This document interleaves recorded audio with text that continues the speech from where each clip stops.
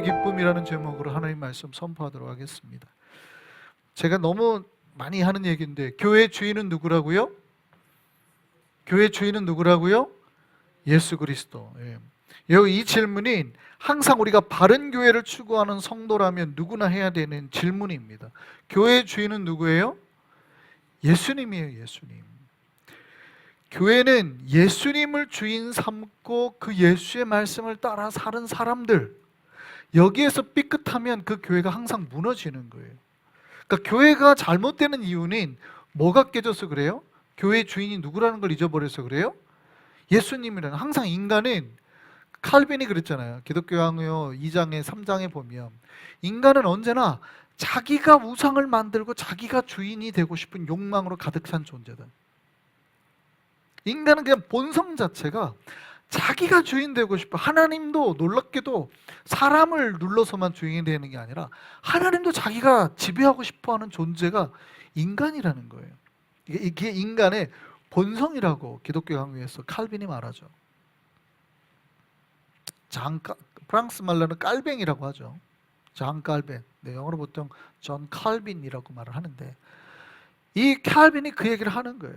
인간의 본성 자체가 그렇다는 거예요. 그래서 교회가 바로 서려면, 여러분, 교회는 항상 누가 주인이라는 것을 기억해야 돼요. 교회 주인은 누구다? 예수다. 예수. 그러면 교회 주인은 예수예요. 우리가 이건 너무 잘하니까. 그럼 그 다음 질문, 교회를 이끄시는 분은 누구예요? 예수님이라고 해도 되지만 정말 디테일하게 따지면 교회를 이끄시는 분은 성령님이에요. 교회를 이끄시는 분은 성령. 우리가 뭐 삼위일체 하나님을 마치 한 분이라고 보니까 누구라고 해도 돼요. 그러니까 우리가 하나님 아버지 감사합니다 그러면, 예수께서 우리를 위해서 십자가에 죽으셨는데 하나님 아버지 감사합니다 이러면 예수님이 삐질 것 같죠. 우리는 가끔 그런 오해들을 한단 말이죠. 예수님 삐질 것 같다. 여기서 말 잘해야 된다. 성령님께서 내 위로해 주셨는데 성령님이라고 안 하고 예수께서 하셨어요 그러면 삐질 것 같다, 성령님이. 이런 생각을 가끔 할 때 있잖아요. 근데 세 분은 절대 그런 게 없으시죠. 그러니까 뭐 여러분이 예수님이라고 해도 뭐 그렇게 꼭 틀린 말은 아니에요. 교회에 이끄시는 분이 예수님 맞는데, 조금 더 우리가 디테일하게 신학적으로 성경이 뭐라고 하는지를 우리가 살펴보면, 자, 교회 주인은 누구고? 예수님이고. 그럼 교회를 이끄시는 분은 누구고? 성령님이고. 교회는 누구의 인도함과 누구의 이끌림을 따라서 가는 거예요? 성령님의 인도함을 따라서 가는 거예요. 성령의 역사, 성령이 말씀하시고 성령이 가르치신 바에 따라서 움직이는 것이 교회예요. 그런데 교회가 성령님의 인도함을 따르지 아니하고 인간의 인도함, 인간의 판단, 인간의 가르침을 받고 따르면 뭐가 생긴다고요? 문제가 생기는 거예요. 그래서 교회들마다 싸우고 갈등하는 이유는 거기에서 나오는 거예요. 두 가지, 교회의 주인이 누구냐를 인지를 못했고, 교회는 누구의 인도함을 따라 살아야 된다? 성령님의 인도함을 따라 살아야 된다. 근데 이게 쉽지 않죠, 인간의 본성은. 그래서 교회가 갈등이 생기는 거예요. 교회는 누구의 인도함을 따라 산다고요? 성령님. 그래서 교회는 성령의 역사를 따라 움직이고 성령이 이끄시는 곳으로 나아가는 거예요. 예수께서 여러분 공생애를 시작할 때 제일 처음에 하신 게 뭐예요? 시험 받으신 거예요. 시험 받으신 40일 동안 시험 받으신 거예요. 금식하시면서. 누구에게 시험 받아요? 마귀에게 시험 받는단 말이에요. 사탄에게. 그리고 세 가지 시험을 받잖아요. 그 유명한 사건이 있잖아요. 그런데 그러면 예수께서 그 사막으로, 광야로 시험 받으러 나가신 거는 누구 때문에? 마귀 때문에? 네, 성령이 이끌어요. 성경을 잘 보시면 놀랍게도 성령이 이끌려서, 성령께서 인도하셔서 가셨다. 그러니까 예수님의 모든 공생애의 사역의 그 모든 움직임은 누구의 인도함을 받아서? 성령님의 인도함을 받아서. 교회도 똑같습니다. 성경을 잘 보면 교회의 모든 움직임, 교회의 모든 역사는 성령님의 힘의 시작으로 발생하는 거예요. 성령께서 이끄시는 대로 모든 초대의 성도들은 역사하고 움직였다는 거죠. 그러니까 우리가 교회에서 봉사를 하고 교회에서 섬기고 하는 건 다 누구의 뜻을 따라서? 성령님의 뜻을 따라서. 근데 인간들은 자기 의지를 따라서 하려고 할 때가 너무 많죠. 부딪힌단 말이에요. 내가 기분 좋으면 하고 기분 나쁘면 안 해. 이런단 말이죠. 이게 성령님의 역사하고 무관해요.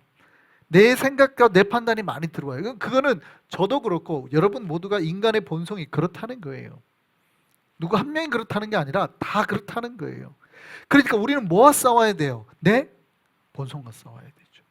내 본성과 싸우려면 누가 이기도록 해야 되는 거예요? 성령이 내 안에서 역사해가지고 이기도록 해야 되는 거예요. 교회는 누구의 그 역사를 따라 움직이기 때문에 성령님의 움직임을 따라 움직이기 때문에. 그래서 우리가 사도행전 오늘 본문을 보고 있는데 사도행전을 다른 말로 성령행전이라고도 합니다. 왜요? 성령께서 시작하시고 이끄시는 모든 과정을 담고 있는 책이기 때문에. 그래서 우리가 사도행전을 성령행전이라고도 하죠. 그래서 사도행전을 보면 우리가 다 암송하고 있는 구절이 있어요. 왜 교회마다 이 구절을 그렇게 암송을 하고 강요를 할까? 왜 이거는 꼭 외워야 된다고 말을 할까? 왜요? 이게 교회가 역사하는 모든 움직임의 시작이기 때문에. 여러분 사도행전 1장 8절 다 외우시죠? 시작. 오직 성령이 너희에게 임하시면 너희가 뭘 받고?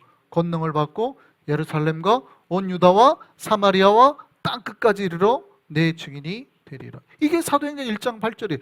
왜 이 말씀을 그렇게 교회들마다 외우라고 할까?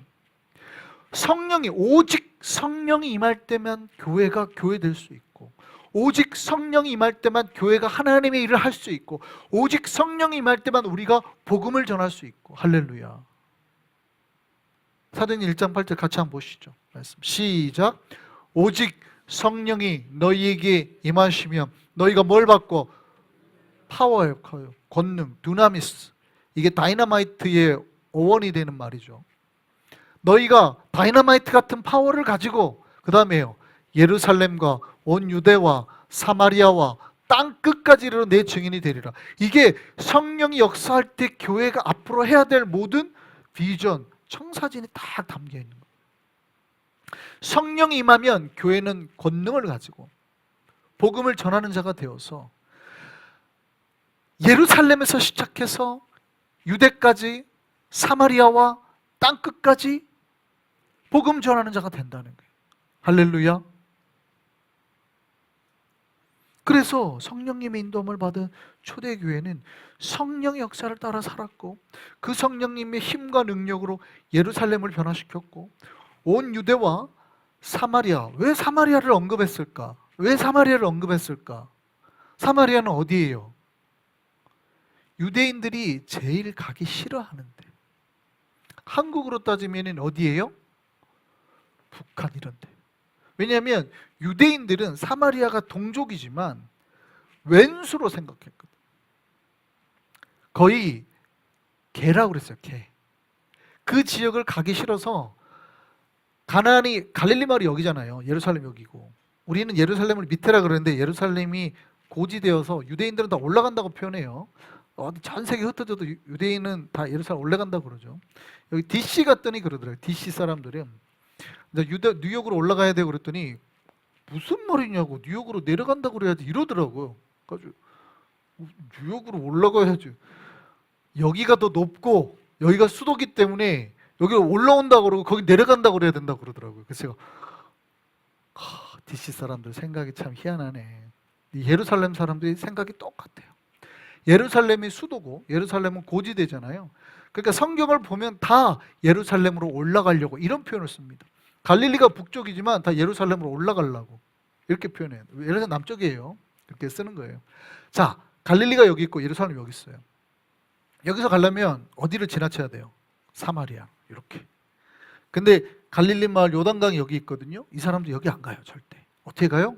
이렇게 갑니다. 이렇게. 왜요? 여기가 왼수 지역이거든. 사마리아는 부정한 지역이거든요. 안 가는 거예요. 한국으로 따지면 북한 가는 거예요. 북한. 저기 두만강 너머에 뭐 중국이나 러시아를 가려고 해요. 어디로 가면 좋아요? 이렇게 가면 제일 좋지. 근데 우리는 그렇게 안 가는 거예요. 물론 갈 수 없어서 못 가는 거지만 거기는 길이 열려 있어도 안 가는 거예요. 배편으로 가거나 돌아간다는 거예요. 그때까지만 해도 그랬다는 겁니다. 그런데 성령이 역사되니까 어디를 가고? 예루살렘과 유다라는 거는 사마리아 포함하지 않는 거예요. 요 유다 전 지역, 요 유다 전 지역, 그리고 어디까지? 사마리아 왼수 지역까지. 한국으로 따지면 북한이나 일본이 될 수 있어요. 그런 데까지. 그리고 어디까지? 땅 끝까지 이르러. 그래서 사도행전을 보면 바울이 왜 서바나로 가려고, 스페인으로 가려고 그렇게 애를 썼을까?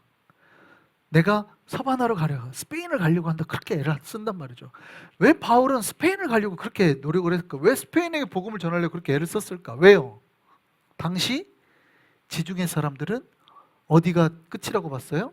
스페인이 지구의 끝이라고 알았어요. 당시. 그래서 자기 살아생전에 땅 끝까지 이르러 내 증인이 되라는 걸 이루고 싶었던 거예요. 나는 끝까지 저기 가서, 내가 죽더라도 저기 가서 죽을 거다, 이렇게 가는 거예요. 여러분, 굉장히 놀라운 말씀은 뭐냐면 초대교회는 누구의 이끄심을 따라서 살았다는 거예요. 성령님의 이끄심을 따라서. 우리 한성교회도 이 성령님의 인도하심과 역사가 임하는 교회 되기를 원합니다. 그 성령님의 역사를 따라서 뉴욕과 뉴저지와 남미와 아프리카까지 가서 예수님의 이름을 증거하는 삶을 사는 교회 되기를 소망합니다. 오늘 본문에 집사 빌립이 등장하죠. 이 빌립은 성령님의 인도를 따라서 살았던 사람이에요. 근데 요거를 잠깐 우리가 사도행전 전체를 이해하려면 요 빌립 이전에 성경에서 말하는 하나의 사건을 집중해야 됩니다. 초대교회가 이제 7 집사를 세우잖아요. 7 집사를 세울 때 빌립 말고 여러분이 알고 있는 유명한 집사가 한 명이 더 있죠. 누굽니까? 스데반이죠. 스데반. 뭐 다른 사람도 있습니다만 브로고로, 니가노로 잘 모르잖아요. 그 사람 성경에 잘 안 나와요. 근데 우리가 스데반은 잘 알죠. 스데반이 성령이 충만해서 복음을 전하다가 공회에 잡힙니다. 근데 거기서 그 하나님의 역사를 이야기를 하다가 그 하나님의 그 복음을 증거하다가 그 자리에서 순교를 당해요. 돌에 맞아서 죽습니다. 이게 초대교회의 굉장히 유명한 사건이 되죠. 이때 스데반을 죽이려고 앞장섰던 청년이 하나 나와요. 이 청년의 이름이 누구예요? 사울이죠. 사울. 물론 이제 사울이 바울로 바뀐 거냐, 뭐 아니면 같은 이름이냐, 뭐 신학적으로는 있지만 어쨌든 사울이에요. 사울. 바울이에요. 바울. 그 청년 하나가 있었어요. 그 청년 나이가 대략 28, 9에서 30살 정도 됐을 때예요. 20대 후반 정도 됐을 때, 30살까지 맥시멈으로. 이 청년 주도로 스데반을 죽이게 됩니다. 근데 성경은 뭐라고 기록하냐면 이 스데반이 순교한 이후에 교회에 급격한 핍박이 발생했다고. 그러니까 예수 믿는 사람 다 잡아 죽이려고 했다는 거예요. 스데반의 신학이 굉장히 위험하다고 본 겁니다. 스데반이 전도한 신학이 굉장히 위험하다고 보고 다 죽여야 된다. 그러니까 어떻게 해요? 핍박이 발생하니까 갑자기 사람들이 확 터지기 시작했죠. 그래서 예루살렘에만 있던 사람들이, 초대교회는 원래 예루살렘에만 있었어요. 여기서 헬라파, 히브리파 서로 막 구제비 갖고 싸우고 막 이랬던데 예루살렘에만 있었어요. 근데 핍박이 팍 발생하니까 어떻게 해요? 교회가 확 흩어져서 어디로 가요? 온 유대와 사마리아와 땅끝까지 흩어지는 과정이 발생하더라는 거예요. 그래서 빌립이 그 다음으로 간 데가 어디예요? 사마리아로 간 거예요. 그래서 사마리아에서 빌립이 전도를 하다가 거기서 세례를 주는데 세례를 받고 믿는 사람이 많아지니까 예루살렘 교회에 연락을 한 거죠. 여기 세례 받는 사람이 많아지는데 아직 이 사람들이 성령을 못 받았습니다. 그래, 그럼 우리가 사도 2명을 파송하게 해가지고 급파를 2명 하죠. 그 2명이 누가 가요? 베드로하고 요한이 갑니다. 그 베드로와 요한이 가서 안수를 하니까 사마리아 사람들에게도 성령이 임하기 시작한 거예요. 여기까지가 이제 빌립의 이야기예요. 그리고 그 뒤에 이야기가 오늘 본문의 시작입니다. 이 빌립이, 성경이 말하는 건 이거예요. 초대교회는 스데반도 성령을 따라서 복음을 전하다 순교를 했고, 초대의 모든 성도들은 성령을 따라서 움직였고, 오늘 본문에도 빌립이 등장하는데 이 빌립이 사마리아에서 전도할 때도 성령을 따라서. 근데 어느 날 있는데 성령께서 지금 뭐라고 그래요? 빌립에게 말씀하시다. 오늘 본문에 성령이 주의 사자가 빌립에게 이르러 이렇게 말해요. 일어나서 남쪽으로 가라. 그리고 어떤 사람 앞에 가는데 성령이 말씀하시니 성령이 빌립더러 이르시되 이 수레로 가까이 나아가라. 지금 뭐 하고 있다는 걸 다 보여줘요. 성령이 인도하고 있다는 걸 보여주죠. 수레로 갔더니 그 수레에 누가 타고 있어요? 이디오피아 여왕의 간다게의 재정 담당하는 넷이에요. 굉장히 그 재정 담당하는 파워, 굉장히 센 재정 담당, 이디오피아 전체의 재정 담당하는 파워를 가진 넷인 거죠. 신하인 거죠. 근데 봤더니 이 사람이 뭐를 읽고 있어요? 이사야서를 읽고 있더라는 거예요. 그 빌립이 그 뜻을 이해하시겠습니까? 물어봤더니 아무도 가르쳐주는 사람이 없어서 내가 도대체 이걸 읽어도 무슨 내용인지를 모르겠다. 그때 빌립이 설명을 하죠. 이사야가 예언한 어린 양은 바로 예수 그리스도를 가르치는 겁니다.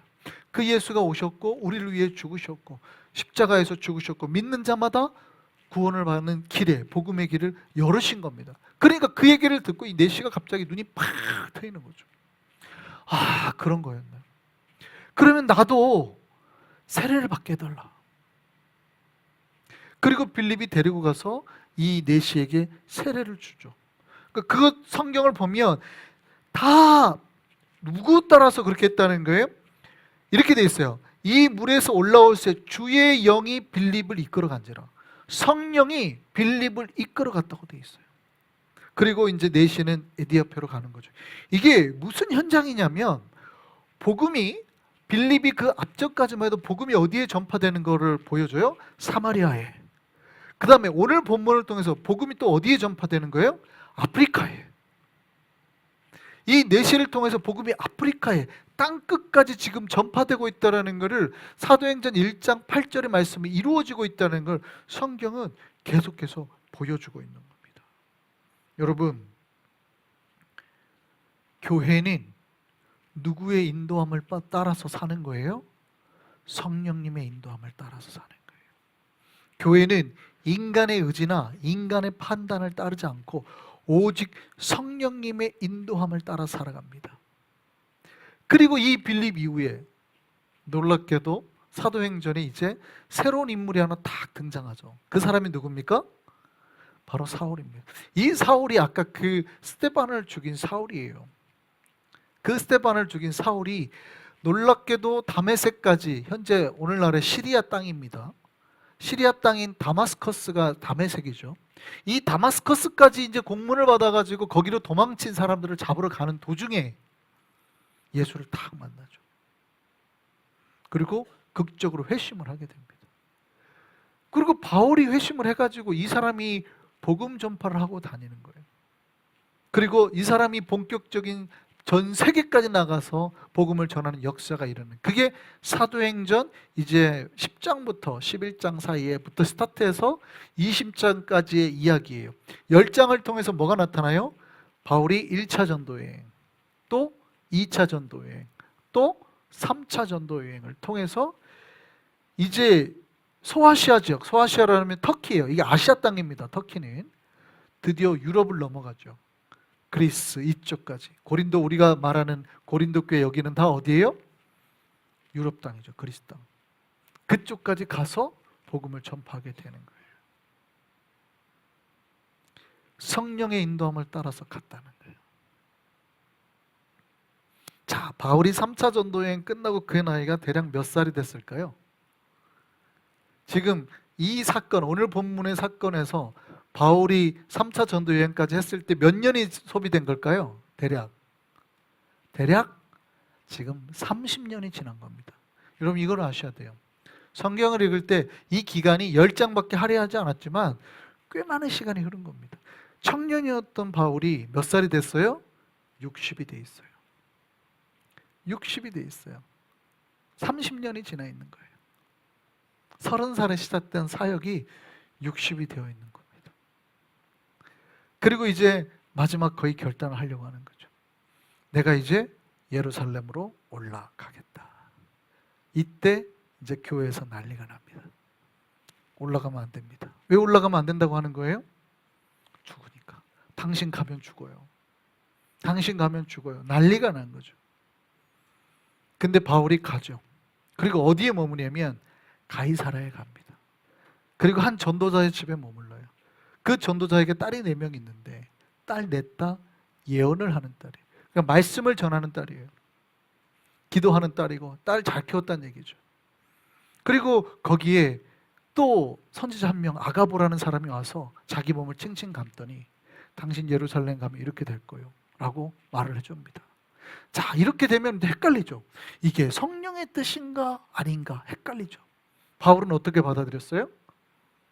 네, 성령의 뜻일 수도 있죠. 그런데 바울은 그럼에도 불구하고 자기가 가서 순교하는 것이 누구의 뜻으로 봤어요? 하나님의 뜻으로 봤어요.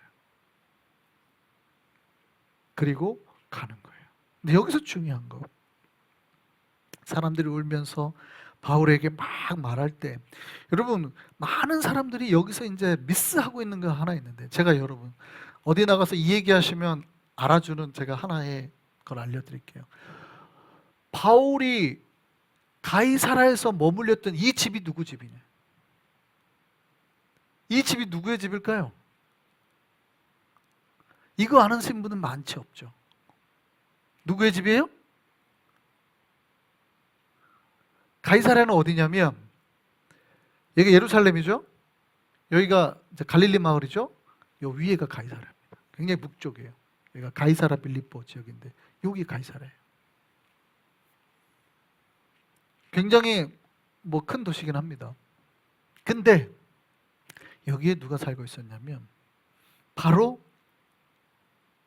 30년 전에 그 성령의 역사를 따라 살았던 빌립이 거기 살고 있었어요. 그러니까 30년 동안 빌립은 복음을 전하는 전박. 그래서 성경은 전도자 빌립이라고, 집사라고 말하지 않고 전도자 빌립이라고 말하죠. 그런데 그 사람이 누구였냐? 7 집사 중 한 명이었던 그 빌립이다라고 성경은 증언하죠. 사도행전 21장 8절 볼까요? 사도행전 21장 8절 같이 한번 읽겠습니다. 이튿날 떠나 가이사라에 이르려 7 집사 중 하나인 전도자 빌립의 집에 들어가서 머무리라. 그러니까 이때까지 30년 동안 수많은 순교자들이 나오고 사도들이 죽어가고 하는데 빌립은 어떻게 해요?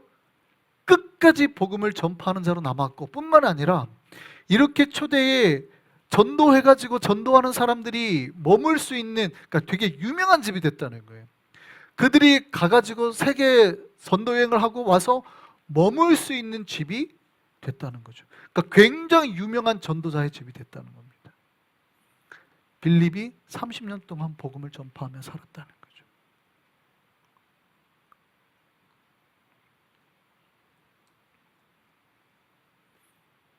그리고 그 집에서 바울이 머물고 최종 결단으로 예루살렘을 향하게 된 겁니다. 여러분, 성경은, 사도행전은 끊임없이 기록하고 있어요.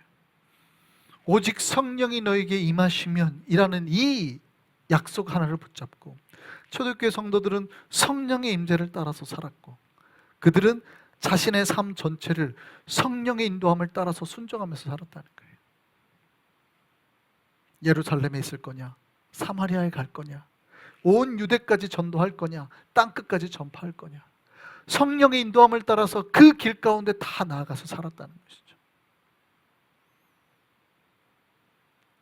여러분, 이렇게 살 수 있었던 이유가 뭐예요? 복음을 전하는 것이 얼마나 힘들고 고통스러운 일입니까? 그죠? 바울도 그때 이렇게 말합니다. 당신 가면 죽을 거예요. 알지요. 죽을 각오하고 가는 겁니다. 이렇게 말하죠. 사도행전 21장 13절 말씀 보시죠. 같이 읽겠습니다. 시작. 바울이 대답하되 여러분이 어찌하여 울어 내 마음을 상하게 하느냐? 나는 주 예수의 이름을 위하여 결박당할 뿐 아니라 예루살렘에서 죽을 것도 각오하였노라 하니.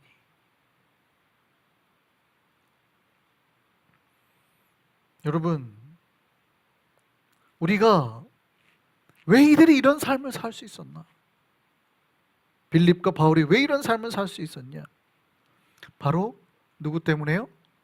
성령 때문에. 그리고 성령께서 주시는 복음의 기쁨 때문에. 오늘 본문에 주님의 영에 이끌려서 빌립이 복음을 전하고 세례를 주었는데 그 다음에 이렇게 기록하고 있어요. 이 에디오피아 내시가 기쁨으로 그 길을 갔대요. 복음은 그거예요. 이 기쁨은 단순한 기쁨이 아니라 영원한 기쁨입니다. 복음 전파는 이 영혼의 기쁨을 전파하는 일이고, 이 복음을 만난 사람은 자신의 삶이 변화될 만큼 놀라운 인생의 기쁨을 경험하게 된다는 거예요. 여러분, 성령께서 우리 교회를 통해서 이루시고 역사하기를 원하는 게 뭡니까? 바로 이 사건임을 기억하셨으면 좋겠습니다. 나를 통해서 성령님의 인도하심 역사가 일어나고, 나를 통해서 내가 먼저 복음의 역사, 복음의 기쁨의 은혜가 일어나고, 나를 통해서 내가 서 있는 이 땅 예루살렘과 온 유대와 사마리아와 땅끝까지 복음의 역사가 일어나게 하는 것, 이것이 성령께서 우리에게 주시는 소망이고 소명이고 또 우리에게 주시는 참 복음의 기쁨을 기억하시기 바랍니다. 이제 니카라과 선교를 떠납니다. 우리 한성교회에서 가는 세 번째 공식적인 니카라과 선교죠. 아까 잠깐 말씀을 우리가 기도 부탁을 했는데 이번에 좀 더 어려움이 있을 수도 있어요. 보니까 환경적으로 좋지 못합니다. 복음을 전하는데도 정치적으로 나라에서 막을 것 같아요. 이동성 사님도 갑자기 교통사고로 이렇게 쓰러졌어요. 약간 뇌출혈도 있고. 자, 조건이 이러면 어떤 생각을 합니까? 막는 거 아닌가? 하나님 못 가게 막는 거 아닌가? 안 가야 되는 거 아닌가? 우리는 그런 생각을 할 수 있잖아요. 그죠? 근데 어떻게 해야 될까요?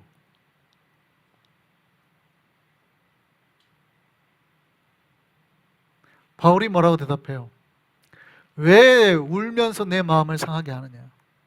왜 울면서 내 마음을 상하게 하느냐? 나는 주 예수의 이름을 위하여 결박당할 뿐 아니라 예루살렘에서 죽을 것도 각오하였느니라. 만약에 전 세계 교회가 이 각오가 있다면 세상은 뒤집어지고 변하게 될 줄 믿습니다. 우리는 이걸 위해서 부름을 받았고 이걸 위해서 함께 기도해야 될 줄 믿습니다. 이 복음의 기쁨을 전하고 나누고 받을 자, 우리 모두에게 이 기쁨이 넘치기를 소망합니다.